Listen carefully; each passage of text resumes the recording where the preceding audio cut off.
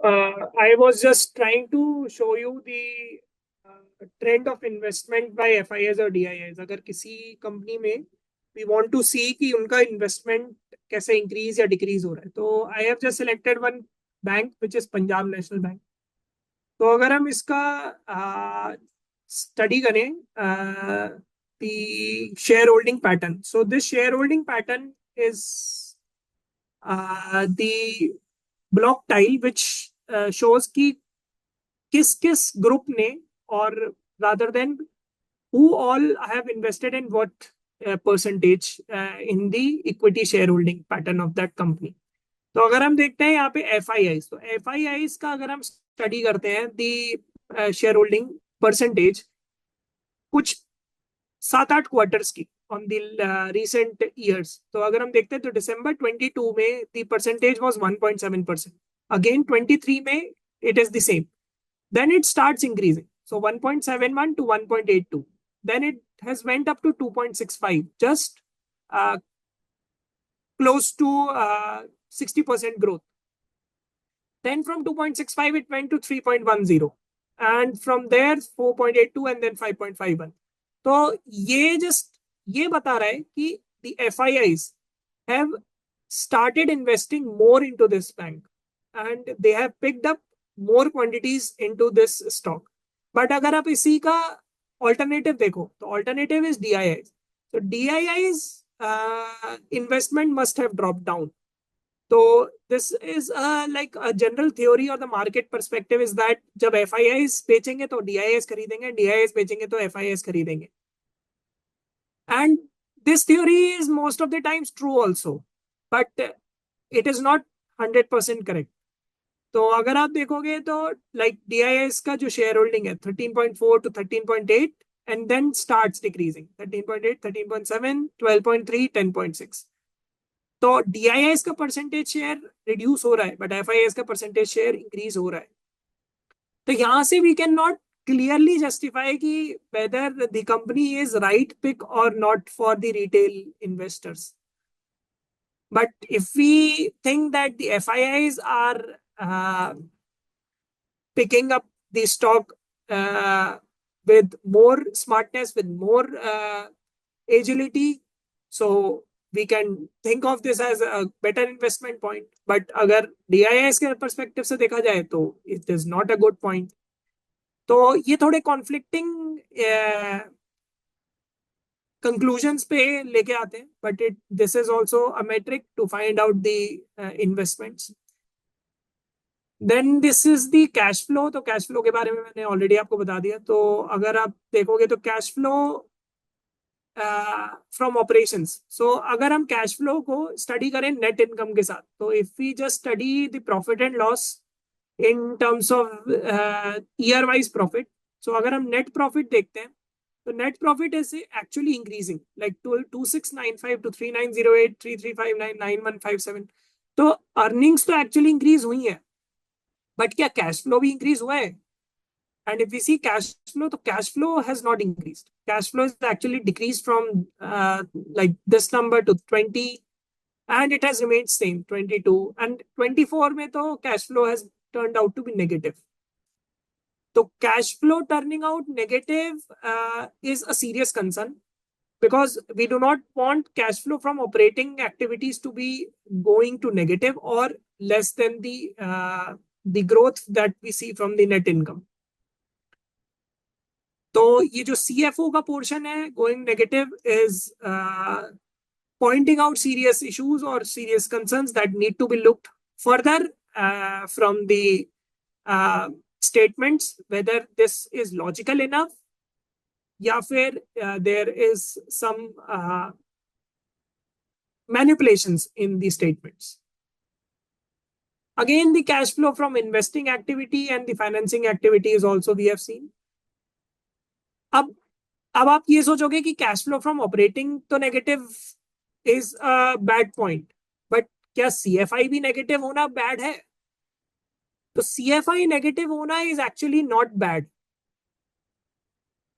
Why? Because think it of as a manufacturing company. तो this is for a Punjab national bank, but अगर किसी एक manufacturing company की बात करें तो CFI नेगेटिव कब होगा? CFI नेगेटिव तब होगा when the company is investing heavily into buying plant machinery और land.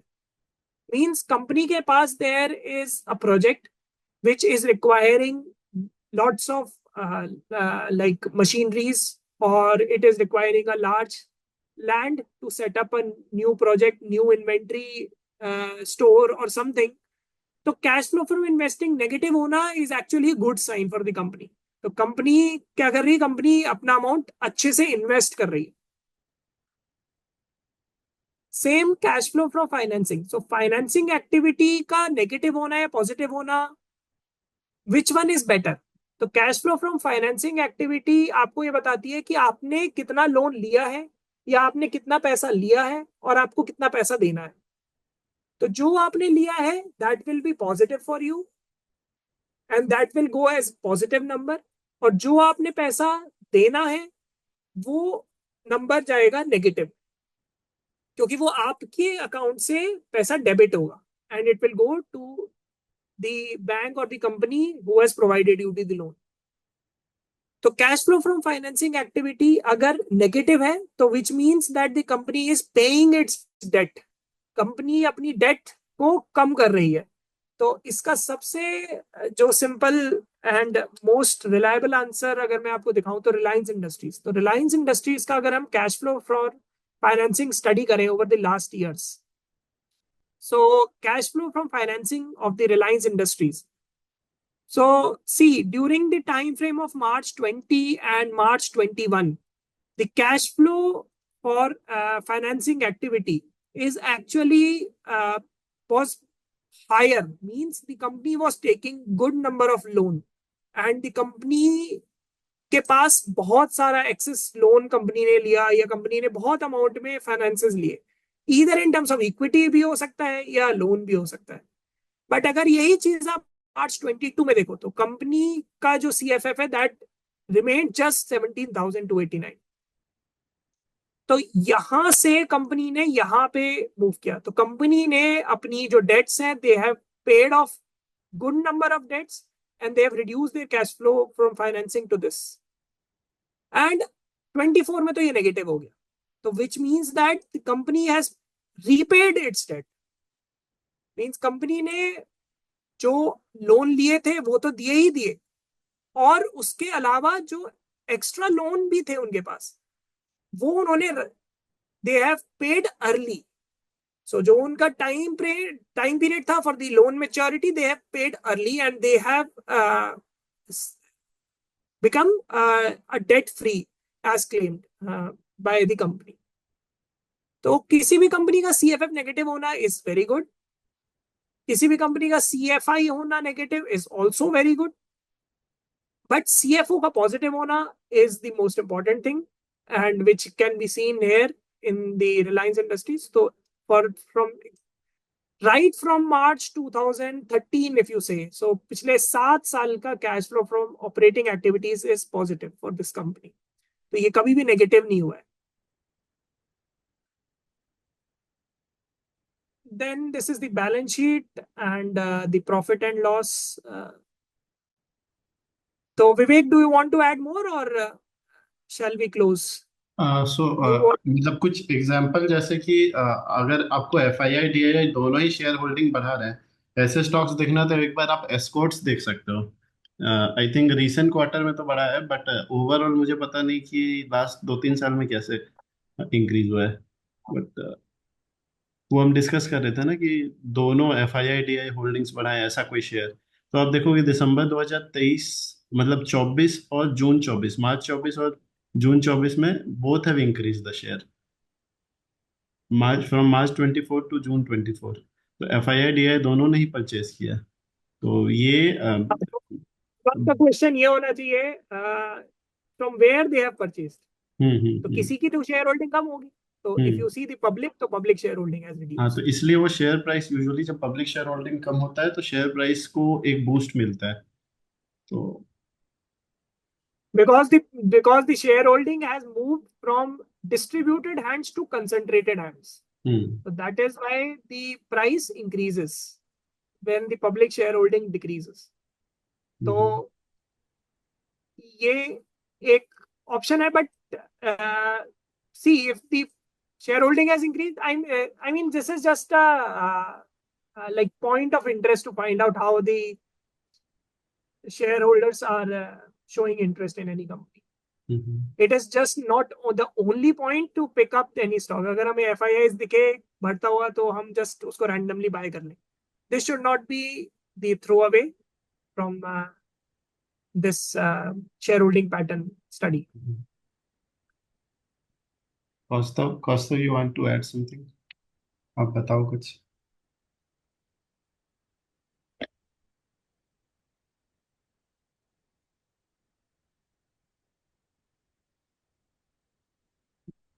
Hello Kaustav, you want to add something?